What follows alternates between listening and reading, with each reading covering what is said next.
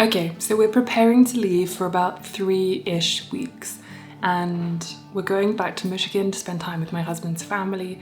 So I need to get this house ready. I need to make sure the garden is perfectly fine and is gonna be okay. I need to harvest food that's ready to go. But luckily I think we've got plenty of time with the more long-term food that's not gonna rot on the plants. We also have a lot of food in the house. I'm gonna be making some different meal prep for when we get back, put in the freezer. I'm also gonna be making some food for us to take so we can, be as healthy and also as sustainable as possible as we are traveling. We're driving all the way back to Michigan. It's about 19 hours, so we're gonna camp overnight somewhere in Nebraska on the way.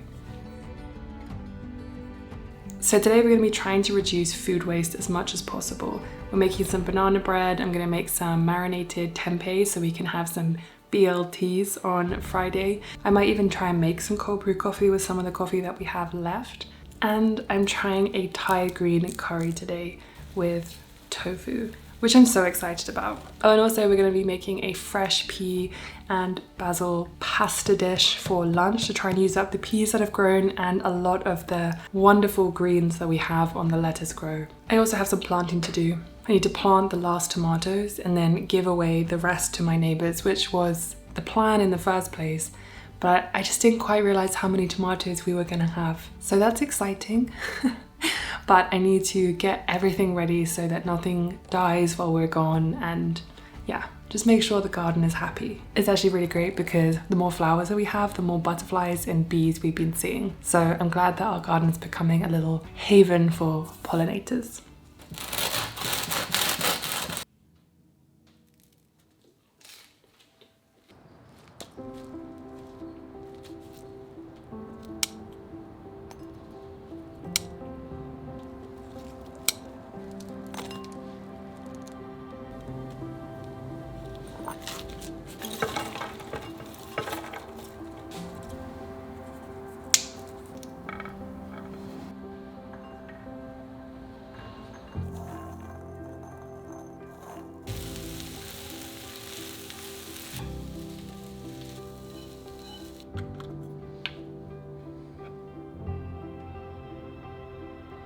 I just sorted out the worms. I still have some other compost that I need to kind of break down a little bit and then give to the worms for the next 3 weeks.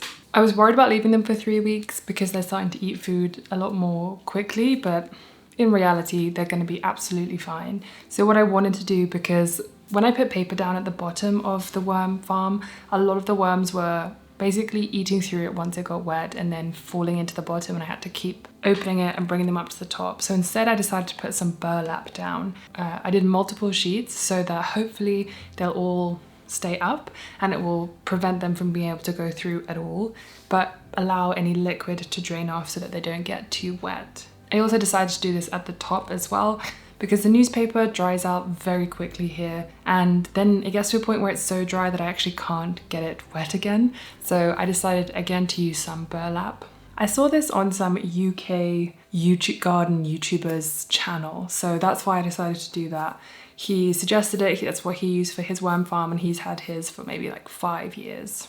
So before I get on with making the banana bread and the kind of other food that we need to use up, I'm going to clean the kitchen, and everything needs to be cleaned before we leave anyway. So I thought I would also share with you, I'm gonna listen to a book while I do it to make it a lot more interesting. I'm listening to The Dutch House. I can't remember who it's by, but I'm really liking it at the moment, and it's read by Tom Hanks. So it's a very enjoyable listen. But I'm also reading Young Mungo. If you hadn't heard me talk about Shuggie Bain before, I read that, and this is written by the same author, Douglas Stewart. Slightly different. I'm already almost halfway through because it's such a good book. But yeah, I just wanted to let you know. I've also revived Imi's book club finally, so I'm going to be sharing everything I'm reading on there too. Okay, I'm going to plug in my headphones and listen to my book and get cleaning, and then we're going to get onto the banana bread and the Thai green curry.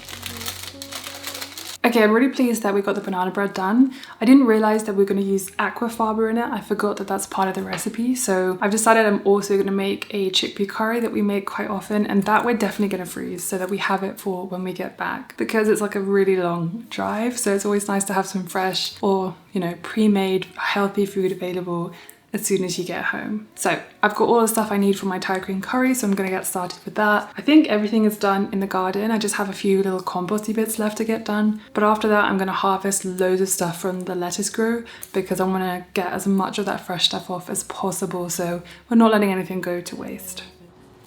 Hanging on your word, what a wretched circumstance to be fighting in a war between us. Sirens ringing in my head, silence running through my bed.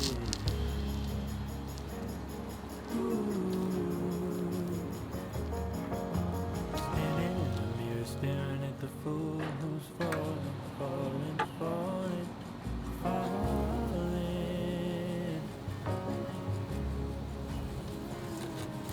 Oh, I wish there was a remedy, something I could bring to break me from your spell, bring me back from hell. That is where you're headed. I'm gonna be there.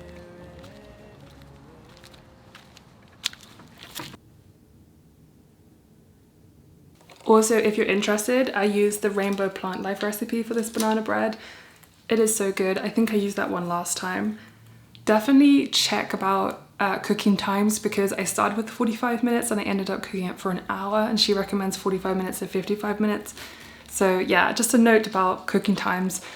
Oven is different, so it's really important that you sort of go for the minimum and then you check every time you add 5 minutes or whatever. I think I also forgot to say that for the BLTs, I'm actually going to try making some ciabatta. I've never made ciabatta before, but I saw someone make it on a reel the other day and I thought, that's quite fun. Then you have a ready-made sort of bun all ready to go that you can just put everything in. So that reminds me, I need to marinate the tempeh as well. I'm going to do that first and then do the Thai green curry, because then it can marinate for 24 hours. You made a mystery out of love. Breathe in new life in my lungs. Why would I ever run?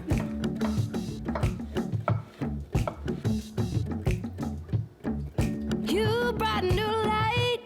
Whoa, whoa, whoa, but not. There's no mistaking. You're the only one I want.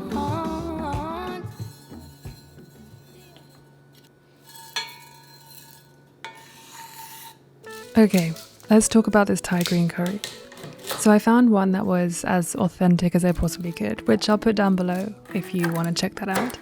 The only things I changed were, obviously they cooked theirs in a they cooked a whole chicken in chicken broth, so I added vegetable stock instead. And there were a couple of other things like shrimp paste, which I used this thing called Yondu. If you've never heard of this before, one of my favorite Korean YouTubers, she actually recently went plant-based and she used this a lot in her recipes to just add a bit more umami. Also, I have, as Rainbow Plant Life says, baby mouth. And the first time we made this with 150 grams of green chilies. And let's just say it wasn't a pleasant few days. So this time I decided to use half the amount. I used a green bell pepper and I tried to get rid of as many seeds as possible. I of course tried the banana bread, which was delicious, and added some kaffir lime leaves, which make all the difference. I also didn't find a proper kaffir lime, so I just used the rind of a normal lime and let this cook. There's a storm going on, which is how you can hear the hail, but then I added in some Thai basil, probably a lot more than I should have, just because I think it's so delicious, and let it wilt. In the meantime, I tried to get as much of the lettuce grow as possible. I used some of this for a salad later, and then I took some with us when we actually drove to Michigan.